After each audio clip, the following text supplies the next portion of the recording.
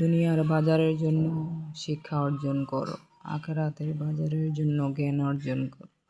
দুনিয়ার বাজারের দিয়ে তুমি দুনিয়াটা পরিচালনা করতে পারবে শিক্ষা দিয়ে, আর আখিরাতের জন্য জ্ঞান দিয়ে তুমি সেই আখিরাতের বাজারে পৌঁছাতে পারবে।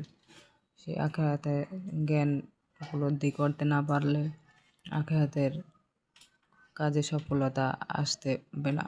এমনভাবে জ্ঞান অর্জন করো, নিজের ভিতরে রাখো, সেই জ্ঞান দিয়ে তুমি ধীরে ধীরে আল্লাহর কাছে পৌঁছে যাও। তুমি জ্ঞান অর্জন তখনই সফল হবে যখন তুমি একজন আল্লাহর নেক বান্দা, অলিগণের নজরে থাকবে। তিনি তোমাকে আস্তে আস্তে ধাপে ধাপে তোমাকে সেইখানে পৌঁছে দেবে যেখানে আমার প্রাণের রাসূল আছেন, দয়াময় আল্লাহ আছেন।